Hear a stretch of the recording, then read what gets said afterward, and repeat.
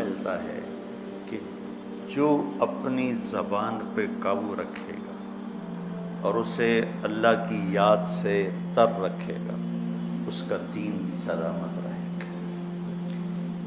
ایک ذکر ہے زبان کا جو سبحان اللہ و بحمدہ سبحان اللہ العظیم، یہ آدمی 24 گھنٹے نہیں کر سکتا، لیکن اس ذکر سے ایک اور ذکر جنم لیتا ہے جو مطلوب ذکر ہے، وہ ہے اللہ کی یاد۔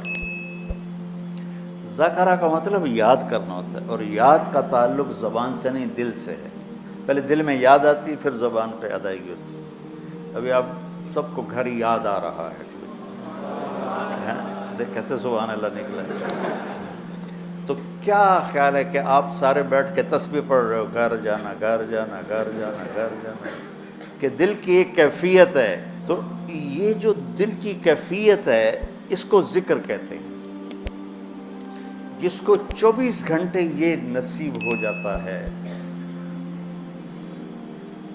وہ 24 گھنٹے ذکر والا ہے، اور یہی ذکر اصل ہے۔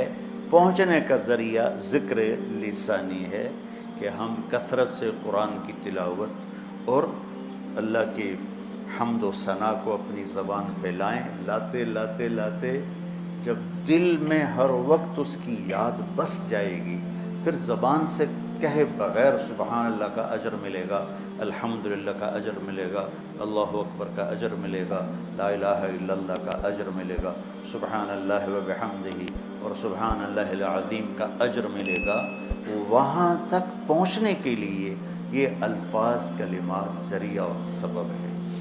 تو جو اپنی زبان کو بچوں سنبھال لے گا، جو اپنی زبان کو سنبھال لے گا، جو اپنی زبان کو سنبھال لے گا، اس کے رشتے سلامت، اس کا گھر سلامت، اس کا دین سلامت، اس کی دنیا سلامت، اس کا علم سلامت، اس کی ہر شے سلامت رہے گی۔ حضرت لقمان علیہ السلام کا فرمان ہے کہ بیٹا میں چپ رہنے پہ کبھی نہیں پچھتایا،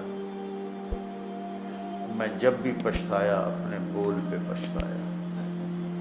تو آپ سب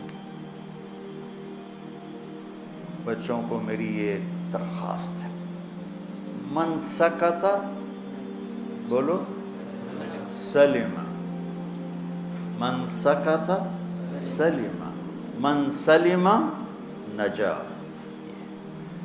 جو خاموش رہا سلامتی میں رہا، جو سلامتی میں رہا وہ کامیاب ہو گیا۔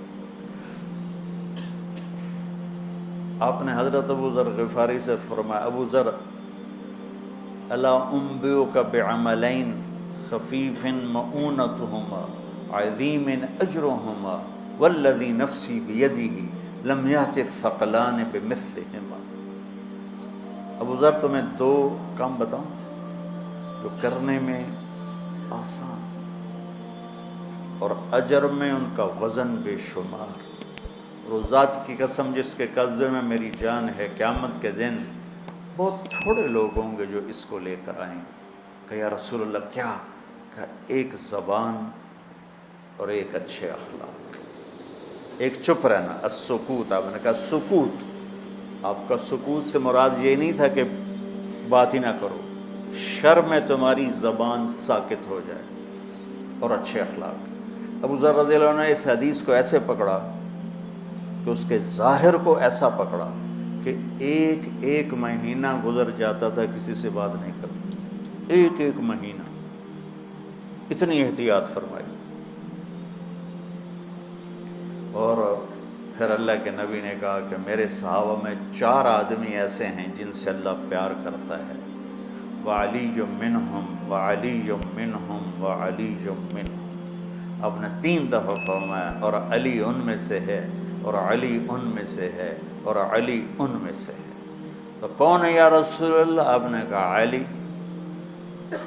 سلمان، ابو ذر اور مقداد۔ تو ابو ذر ایسے اوپر گئے کہ اللہ تو سارے ہی صحابہ سے محبت کرتا ہے، وَكُلًّا وَعَدَ اللَّهُ الْحُسْنَى، سب کے لیے جنت کا وعدہ ہے، لیکن یہ 4 کا خاص طور پہ نام لے کر فرمایا، پھر حضرت علی کا نام 3 دفعہ دہرایا اہمیت بیان کرنے کے لیے۔ تو آپ سب گھروں کو جا رہے ہو، یہ زندگی بھر کا سبق ہے، یہ زندگی بھر کی نصیحت ہے، صرف اس درس کی نہیں، کہ اپنی زبانوں پہ قابو رکھنا۔